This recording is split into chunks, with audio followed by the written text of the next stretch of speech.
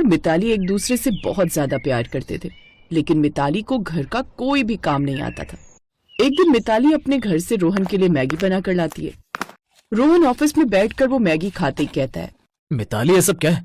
तुम जानती हो कि मेरे घर वालों को बाहर का खाने की कितनी आदत है।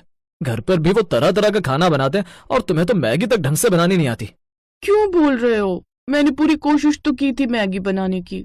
अब मैं क्या करूं? मेरे घर वालों ने मुझे घर के काम में प्रो बनने के लिए तो नहीं सिखाया।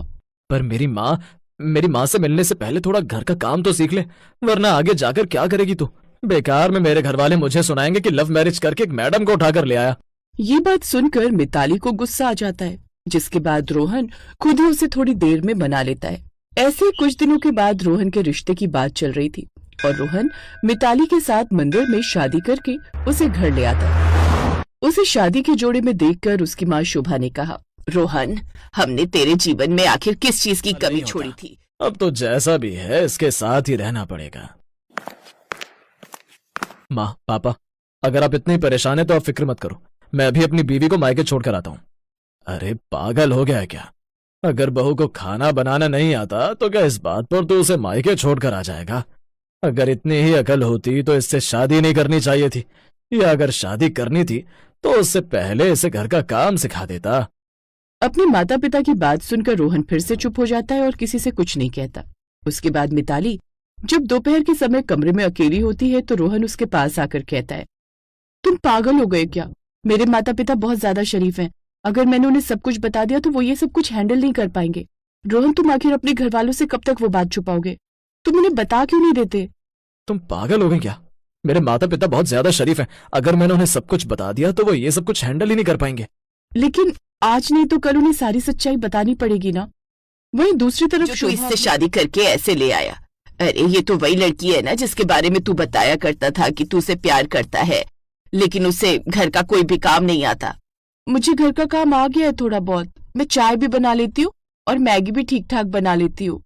हे भगवान, ये कैसे दिन आ गए कि मैगी खाकर गुजारा करना पड़ेगा। बहू अपने बच्चों को भी मैगी खिलाकर पालेगी क्या? आप बिल्कुल भी फिक्र मत करो, मैं अभी बीवी को मायके छोड़कर आता हूँ। पागल हो क्या है क्या? आज ही बहू को लेकर घर आए है और आज ही उसे मायके छोड़कर आने की बात कर रहा है।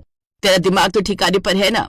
मिताली को भी ये बात सुनकर गुस्सा आता है, लेकिन वो कुछ नहीं कहती। उसके बाद शोभा उनका स्वागत करती है और मिताली घर में आ जाती है। अगली सुबह सब लोगों के लिए मिताली कॉफी और मैगी बना देती है। ये नाश्ता देखकर शोभा ने कहा, देख रहे हो आप, आपका ये इकलौता लाल क्या कांड करके आया है। एक लड़की को भगाकर इसने शादी की और खाने में हमें मिल रहा है मैगी और कॉफी। अब क्या कर सकते हैं, अगर इसे इतना लाड़ प्यार करके नहीं बिगाड़ते। के साथ अपने कमरे में होती है और उनका पति कहता है, शोभा, रोहन बार बार कहता रहता है कि मिताली को अपने मायके छोड़ाएगा। तुम जानती हो उसके मायके में कौन कौन है? अजी, मैं बार बार उसे मायके छोड़कर आने से इसलिए मना करती हूँ क्योंकि मैंने तो कई सालों पहले सुना था, जब इनका चक्कर शुरू हुआ था, कि मिताली बहू अनाथ है। अब बेचारी बहू को ये उसके मायके छोड़कर आएगा तो वहाँ कोई नहीं होगा, इसलिए मैं इसे बार बार डांट देती हूँ। आगे से भी बोले कि बहू को मायके छोड़ आता हूँ तो साफ मना कर देना। अच्छा, ऐसी बात है, कोई बात नहीं, हम ही बेचारी मिताली बहू को अच्छे से संभाल लेंगे और उसे किसी चीज की कोई कमी नहीं होने देंगे।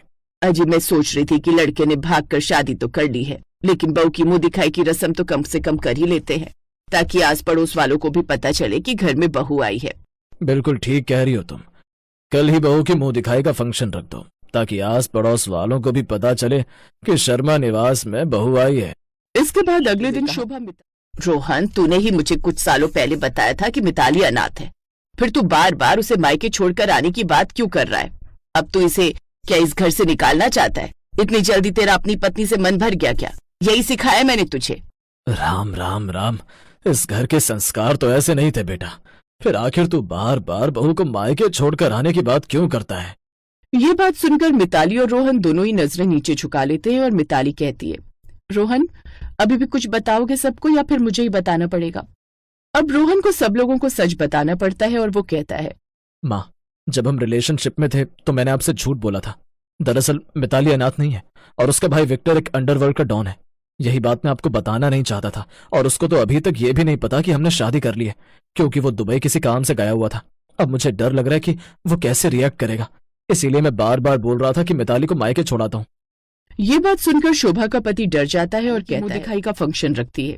सभी पड़ोसने मिताली का चेहरा देखकर कहती हैं, अरे वाह, बहुत ही सुंदर है मिताली बहू, और सुना है पढ़ी लिखी भी है और रोहन की कंपनी में काम भी करती है। हाँ हाँ, पढ़ी लिखी तो चेहरे से ही लग रही है, ऐसा लग रहा है किसी अच्छे खानदान से भी है। और बहू कौन कौन है तुम्हारे घर में?